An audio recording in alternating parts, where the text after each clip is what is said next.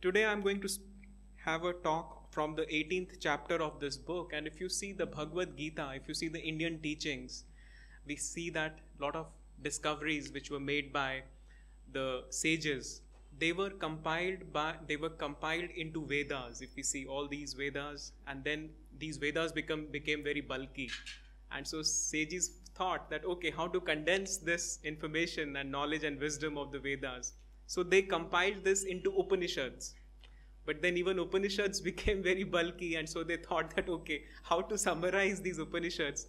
And so they made this Bhagavad Gita, which is the summary of all those Upanishads, and which is to say that all the Vedas knowledge packed into them. But then this Bhagavad Gita itself has 18 chapters, and if somebody can say, oh, I have no time to go through those 18 chapters. So here, Krishna is, simplifying for them also that, okay, if you feel that 18 chapters are too much for you, then just read the last chapter, because it is the summary of the whole Bhagavad Gita. So today we'll be talking from the 18th chapter where, the first verse, Arjuna is saying, I desire to know the true meaning of sannyas and also of tyag and the distinction between the two. So we'll see how Krishna takes this subject further. So we sometimes, see that, okay, renunciates and renunciation, we see people wearing yellow, and so what is this renunciation all about? What is this? What are they renouncing? So sometimes, the concept in our minds is that, yes, they have, left their family, they have left their job, they have left sometimes their inheritance and wealth, and that's it. So they have renounced almost everything, and they come to this path and make God as the focal point. So this is the usual concept, when we see a sannyasi, or we say that, okay, what a sannyas is. But then what is the view of the Krishna, if you see? And Krishna is not talking about any of these. He's saying that he's defining sannyas and sannyasi by an altogether different perspective. And he in the second verse says, the wise understand renunciation to be the relinquishing of any action performed with personal desire. They also declare that it is not action itself which should be abandoned, but only that action which desires the fruits of action. So you see, Krishna has a very different perspective, and he says that he is a renunciate, or this renunciation has nothing to do, although this is also from outside true what we have discovered. But renunciation is all about renouncing the action which is done by personal motive. So that means there is whatever they are doing, ideally we can say a renunciate is a person who is just locked in a state of samadhi, in that actionless state where he is not doing anything. But then that is only possible for very few yogis. But when we see renunciates working towards that goal, so they are doing only those actions. They are not doing any action with the personal motive. That is to say, they are doing only those actions for which they have a divine inspiration. But then how can we have a divine inspiration? God never talks to us like we are talking to each other. Yogananda said that God speaks in the language of silence. So then how a renunciate acts? Any thoughts on that?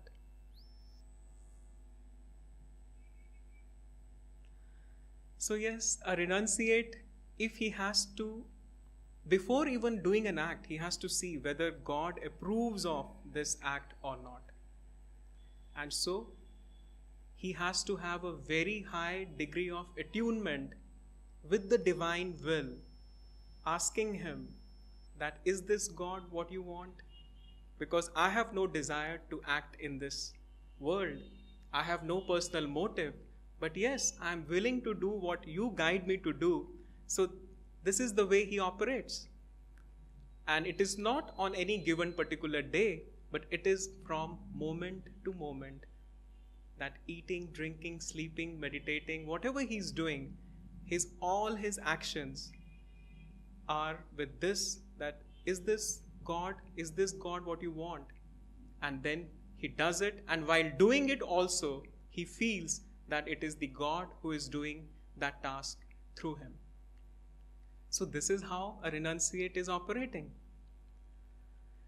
But then, if we see around, we don't see many people wearing yellow's hair. In today's congregation also, I can see only 2 people and 3, yes. But then if I take the whole Pune Sangha, we have about around 200 Kriya Bandhs here, around 225 Kriya Bandhs, and we have about 8 brahmacharis and 8 monks. So if you see, the ratio is around 1:25. So what happens to the people, those who are not on outward renunciation path, but those who are householders? So is there any hope for them? So yes, because Bhagavad Gita is an all-inclusive path. So Krishna is saying, and as Arjuna himself, in the first question he asked, that what is the true meaning of sannyas? And after that he asked, what is the true meaning of tyag? And as we sometimes see, tyag is a kind of sacrifice, a surrender. And what is that tyag? Swami says that tyag is a path of a householder towards God. So how do we see a path of tyag?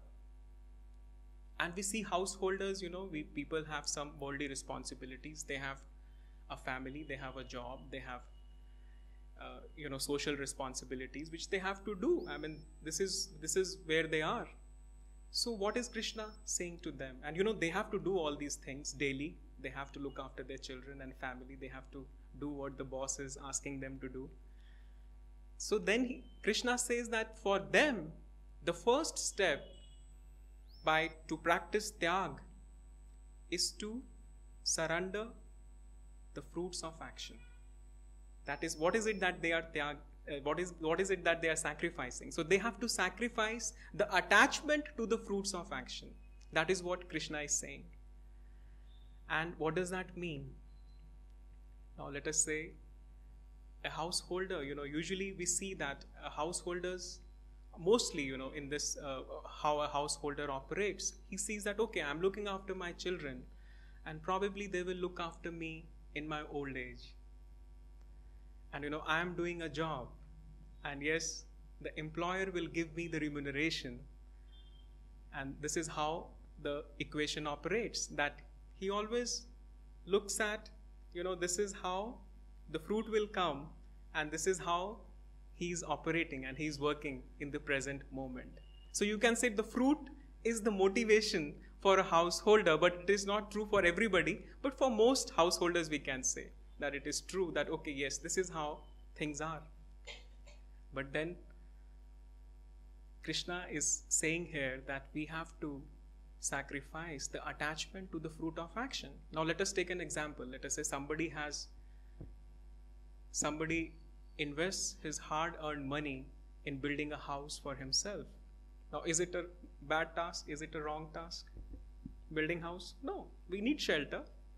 So we have to invest money, and certainly sometimes it's our hard-earned money which we put in building a house. But let us say he is not able to live in that house for any reason. Now that could be any X reason. So what happens? You may say that, okay, I labored so hard to build my house, but I could not live in the house. This is so unfair. I deserve that fruit, I have labored for it and I have worked hard for it. It is so, harsh, and, I don't accept it. But then what is Krishna saying? That, okay, it is not that there is anything wrong in having the fruit for yourself and seeking a fruit. But then he says that, okay, let us say you are not able to get that fruit in this lifetime. Now, that is possible sometimes, that maybe that person had a bad karma, or maybe he had a karma to lose the house. But let us assume that this individual had good karma, but still he could not enjoy the fruit of his action. So what will happen? He will be disappointed. But then Krishna is saying that this fruit will get into your bank balance. And let us say you are not able to enjoy this fruit in this lifetime. So you will have to come back again to enjoy that fruit. So he's saying that is fine. This is how the system operates. But because you came to me asking, what is the path to freedom? So if you want freedom, then you have to relinquish, then you have to sacrifice the attachment to the fruit of the action which you have done. So he says, point is very simple, that whether you take it or not, this is how the system is. If you are thinking that, yes, I truly deserve, and which is all right, you have to come back. But then now we have to make up our mind, because this is, Yogananda said that each one of us can become Jivan Mukta in one lifetime, which is not a small statement. But then how is it going to happen? Just by dying? Nothing will happen, because death is something like going from one room to another. And because I am attached, oh yes, that is my fruit. And yes, it will come into my lap, but then I will have to come back again. But if I make up my mind that, okay, doesn't matter, I did what I did, I did what I felt was right in that moment. But since I have dedicated my life to God, now I am not attached to the fruit of that action. So that fruit, where does it go? Because it is still a fruit which you are saying should not, I don't bother whether it comes to me or not. Where does it go? But where is God? So that fruit goes into universe, and it goes for the benefit of everybody. That is to say that it reminds me of, the houses which the devotees lost in the beginning of Ananda village, around 21 out of 22 houses. All houses were built by their hard-earned money, and what would have been their thoughts when they lost those things? Some of them might have thought that, okay, this is very cruel on God's part. But then some of them, they did otherwise, and they stayed, and they thought it doesn't matter. And so that good karma which they dedicated and didn't even bother to have it, they didn't claim any right over that, came to the whole community. And probably that was one sacrifice which Divine Mother took from those pioneers, on which we can say that today what Ananda village is existing, maybe it was one of the sacrifices which they had to give. But then here there is another point which I say that, okay, some people will say that, okay, yes, it is difficult, but still I will do it, because there is no other option. If I have to, find God, this is what is the equation. And God is saying, okay, you continue. And this is what is happening actually, because we have our fruits in our bank balance, and we again come and enjoy them. And sometimes the fruits are bitter, and sometimes they are sweet. That's a different matter. But this is how the cycle of reincarnation continues. Now, if somebody, let us say, takes that challenge and takes it, okay, finally, this is it, and I have made up my mind. So then Krishna gives you another key, because Bhagavad Gita also is an interesting, scripture. He says that you can test yourself also, whether I'm doing right, whether, I'm really progressing, whether this is so what is the indicator? What is that key indicator which will tell us that, yes, I'm going towards the path of non-attachment, towards the path of Tyaga? And in the 10th verse, Krishna says that one who is wise in his Tyaga is ever calm in himself and never doubtful. He has no aversion to unpleasant actions, nor is he attached to the pleasant ones. But interestingly, Swami says that whenever we are taking such decisions, there is always an element of uncertainty. What if? Isn't that so? And Swami says that doubt always breeds in that soil of uncertainty. But then he says, what causes uncertainty? And he says that it is attachment which brings uncertainty. So, whenever we are battling with doubt, rather than battling with doubt and continue to get into that mud of doubt, it is better to ask ourselves, what is it to which I am attached? And if we can put a finger on that thing, and if we can say, okay, if this is the thing to which I am attached, with little introspection, then in that moment, if you take away your attachment, you can be doubt-free. So that is an indicator which Krishna is giving us, that okay, you can testify, you can check yourself from time to time. As your Swami used to say that, okay, before going to bed, see, introspect your heart. What is it that I am attached to? And see it burning in that bonfire of flame. That, let us say, if God even takes that thing away from you, will you still feel that freedom in your heart? Will you still feel that same peace and joy in your heart?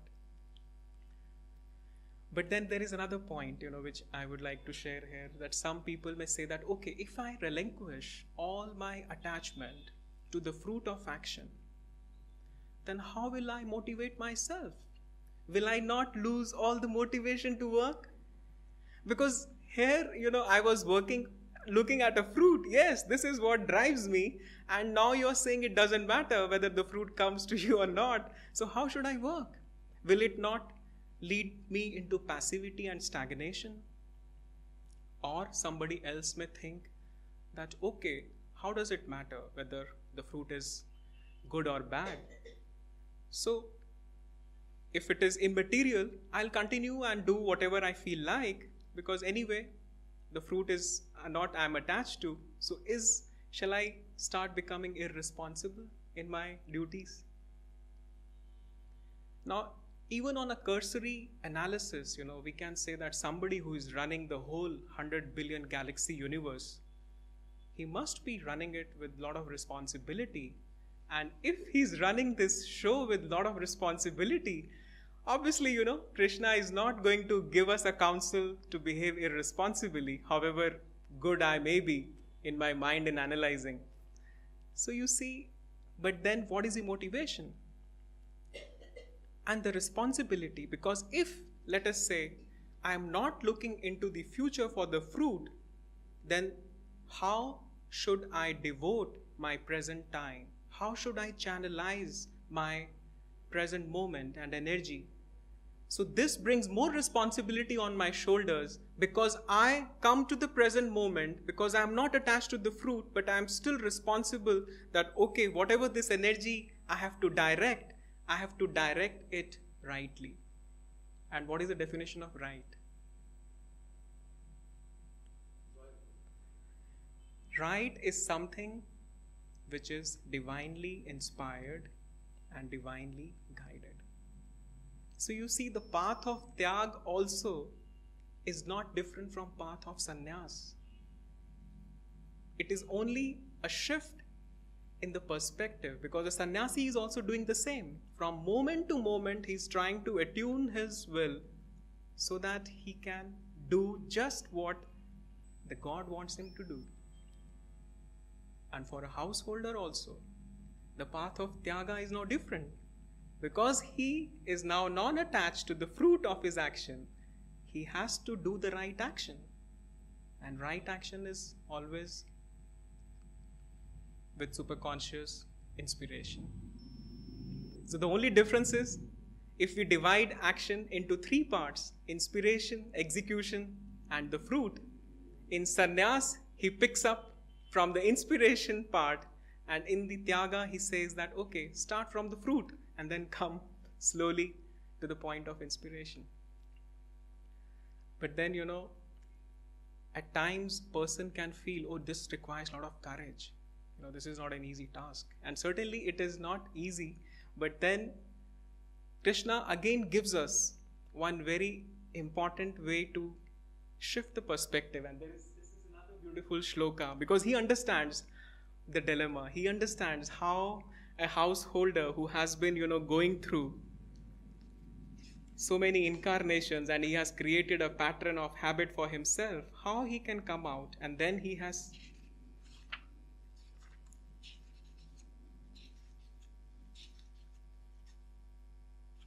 he says in the 18th verse, because if you see the courage, we always say that, okay, I must have a lot of courage. It requires a lot of courage, to make this effort.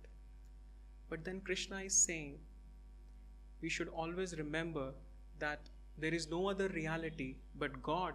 And as in this verse he says that knowing, knower and known are always one. And that means doing, doer, and the act done is also one.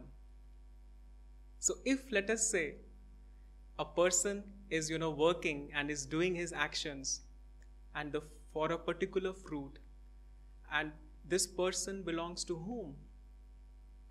This person belongs to God. That fruit belongs to God. If it comes to this person, still it belongs to God. And even if it doesn't come, it still belongs to God, because there is only one whole.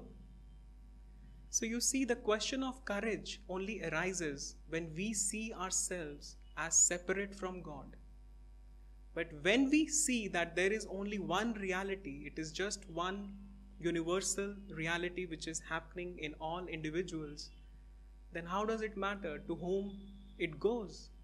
Because it is still His. It was His power which helped us to accomplish certain things, to do the act. And ultimately, whatever it generates will stay with Him only. But with this slight shift, it becomes much easier to see that it doesn't matter at all where the fruit goes. And also, it clarifies one more thing here, that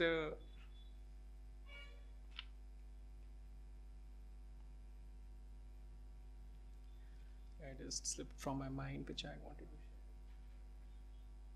And as we, sang in the chant also this evening, that if we are always in touch of that divine reality, if that song is flowing in us all the time, then whether the fruit is bitter or sweet, whether it is joy or sorrow, whether it is health or sickness, whether it is loss or profit, it doesn't matter.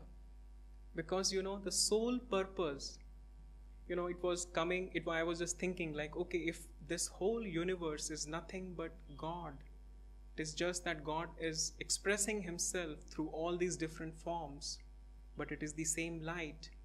So I am always in God, no matter wherever I am, whether I live on this planet or some other planet, but I will always be living in God, physically. That is a truth. It's a fact. Isn't it so? Even if I die, it's a physical death. I will be living in God. So the only separation, if you see, is in the mind, which is telling you that I am separate from God. Otherwise, physically, we are all in God. And as some time back, Jayaji was saying, that if we can make this shift, just like Yogananda said, that eating, drinking, meditating, sleeping, chatting, whatever, that I am not separate and trying to attain Him, but I am living in Him, I am praying in Him, so there is no distance. So in that moment, there is no separation. And as Yogananda said, that if you think me near, I will be near. But then if I can add just one further elaboration to that if you think me near to whatever degree, I will be near to that degree. Because no one can do this job for us. This we have to do. Because sometimes I feel that we always say, oh, God is hiding from us. But is He really hiding? I don't think He's hiding, because He is everywhere. It is I who is hiding from Him. And it is, in that mental shift that there is no separation. And as we, sing another chant, and probably I'll request now Aditya ji to sing this chant for the Aarti. Live in God. Rest in God, live in God. In His light, in His love, and in His joy.